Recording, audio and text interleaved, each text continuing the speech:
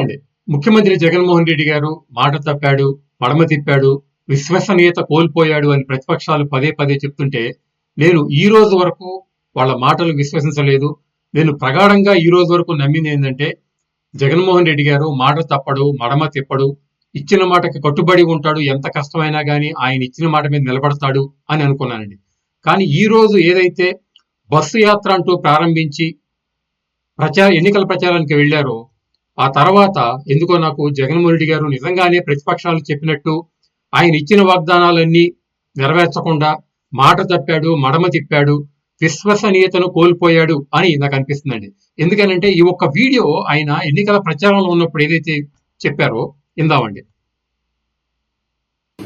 నేను ఈ రోజు కూడా ఒకటే మాట చెప్తాను, పబ్లిక్ మీటింగ్ లో కూడా నేను వెరీ క్లియర్ గా ఒకటే మాట చెప్తా ఉన్నా. రేపు పొద్దున మనం ఏదైనా మాట చెప్పి ఆ మాటలో చెప్పింది మనం ఏదైనా చేయలేకపోతే నేను నా పదవికి రాజీనామా చేసి వెళ్ళిపోతాను.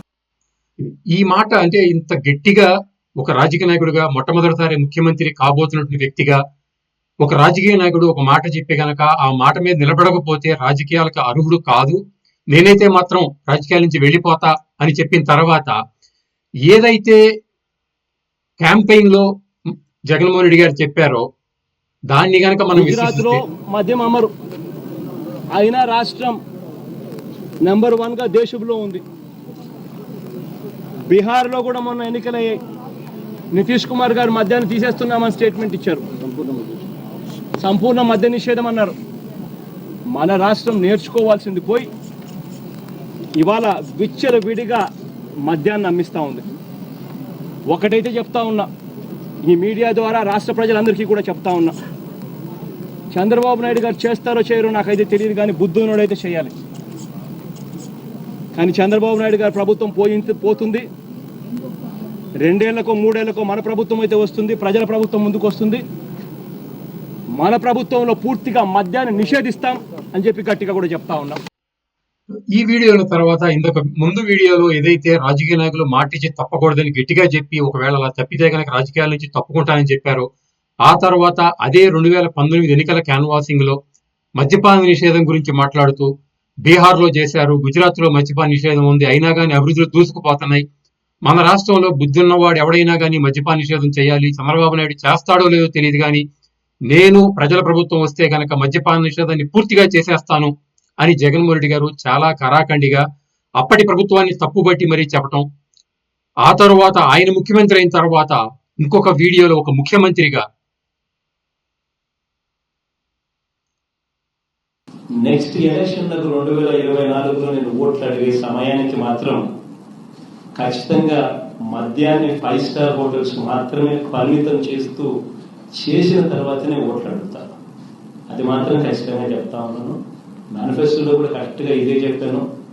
వచ్చిన వెంటనే అదండి మేనిఫెస్టోని బైబిల్ గా, ఖురాన్ గా, భగవద్గీతగా భావిస్తాను అని చెప్పిన జగన్మోహన్ రెడ్డి గారు ఆయన మాటల్లోనే ముఖ్యమంత్రి అయిన తర్వాత అధికారిక హోదాలో చెప్పింది, మేనిఫెస్టోలో అదే చెప్పాను, హామీ అదే ఇచ్చాను, ఖచ్చితంగా 2024 ఎన్నికల్లో మద్యపాన నిషేధం చేసి 5 స్టార్ హోటల్స్ కు మాత్రమే పరిమితం చేసిన తర్వాత మాత్రమే ఎన్నికలకు వెళ్లి ఓట్లు అడుగుతాను అని చెప్పారు కదా. ఇవన్నీ నేను విశ్వసించి, పైగా జగన్మోహన్ రెడ్డి గారి అభిమానులేమో జగనన్న మాటిస్తే అది వెనక్కి తీసుకోడు, కడప బిడ్డ, కడప పౌరుషం, రాజన్న బిడ్డ కాబట్టి ఆయన ఒక మాట ఇచ్చాడంటే మడమ తిప్పడు అని పదే పదే పదే చెప్పడం చూసిన తర్వాత జగన్మోహన్ రెడ్డి గారు ఎట్టి పరిస్థితుల్లో ఆయన ఇచ్చిన మాట మీద నిలబడతాడు. ఒకవేళ ఆయన గనక ఇచ్చిన హామీలు నెరవేర్చకపోతే 2024 ఎన్నికల్లో ఓట్లు అడగడు, అసలు ఎన్నికల్లో పోటీ చేయడు, రాజకీయాల నుంచి తప్పుకుంటాడు అని నేను పూర్తిగా ఈ రోజు వరకు విశ్వసించానండి. మరి అలాంటిది జగన్మోహన్ రెడ్డి గారు ఆయన ఎన్నికల్లో చెప్పి ముఖ్యమంత్రిగా చెప్పినటువంటి మద్యపాన నిషేధాన్ని ఈ రోజు వరకు చేయకుండా, పైగా ఏదైతే చంద్రబాబు నాయుడు గారి ప్రభుత్వంలో విచ్చలవిడిగా మద్యాన్ని అమ్ముతున్నారో చెప్పిన జగన్మోహన్ రెడ్డి గారు తన ప్రభుత్వంలో చంద్రబాబు నాయుడు గారి ప్రభుత్వంలో కంటే దాదాపు 3 రెట్ల అధిక ధరకి మద్యాన్ని విక్రయిస్తూ వేలాది కోట్ల రూపాయలు రాష్ట్ర ప్రభుత్వాన్ని ఖజానాకి తీసుకొచ్చి దాని మీద దాదాపు 15 ఏళ్లకి తాకట్టు పెట్టి వేలాది కోట్లు అప్పు తెచ్చుకున్న జగన్మోహన్ రెడ్డి గారు మరి ఏ మొహం పెట్టుకుని ఈ రోజు ఓట్లు అడుగుతున్నారు, 2024 ఎన్నికలకి వెళుతున్నారు అని కనుక గమనిస్తే ఖచ్చితంగా జగన్మోహన్ రెడ్డి గారు మాట తప్పారు, మడమ తిప్పారు, ఈయన విశ్వసించదగిన రాజకీయ నాయకుడు కాదు అని ఆయన మాటల్లోనే ఆయన చెప్పడం జరిగిందండి.